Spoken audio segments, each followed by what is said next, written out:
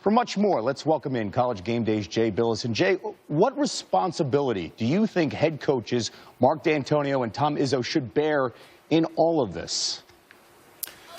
Well, head coaches, whether football or basketball or any sport, have a responsibility to abide by the policies and guidelines of the university with regard to sexual misconduct and sexual assault. The big question and the policy question is what policies were in place. And it's really interesting that in 2016, NCAA President Mark Emmert appeared before the Senate Commerce Committee, and the senator from Missouri, Claire McCaskill, quoted him a statistic that 20% of schools handle sexual misconduct allegations against athletes within the athletic department. And she admonished Mark Emmert to walk through that Senate door and do something about it.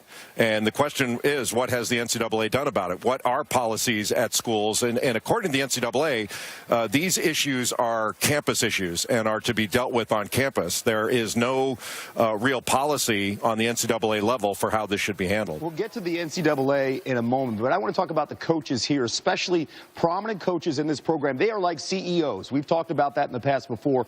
What do you think should happen to them if they knew about this? If they knew, I don't understand what you mean if they knew. I mean, people knew about allegations. It's the issue is how were these allegations handled by the university? And were they handled within the athletic department? Was that against policy, or was the policy simply misguided? So, you know, there's a lot involved in that question of if they knew. I don't understand exactly what you mean there. I guess if they knew of the allegations, of course, and we've seen that in this investigation, and then the feeling of allowing Walton still on the staff after the accusations in that instance, of course, just a few years back. And then the idea of Adrian Payne with the allegations still playing basketball at Michigan State. See, those are issues of policy as well.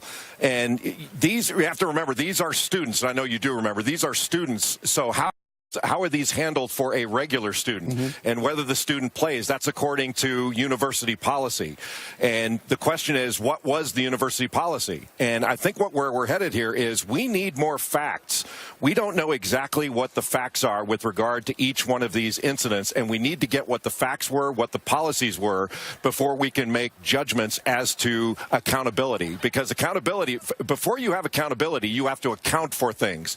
And right now, we don't have an accounting of exactly what happens, or at least I don't. Understood. As the investigation continues, what should the NCAA's role be in all of this?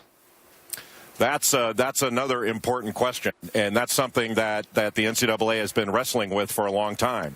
And in 2014, Mark Emmert said that these were campus issues, that it was not an issue just for higher education, it was a societal issue.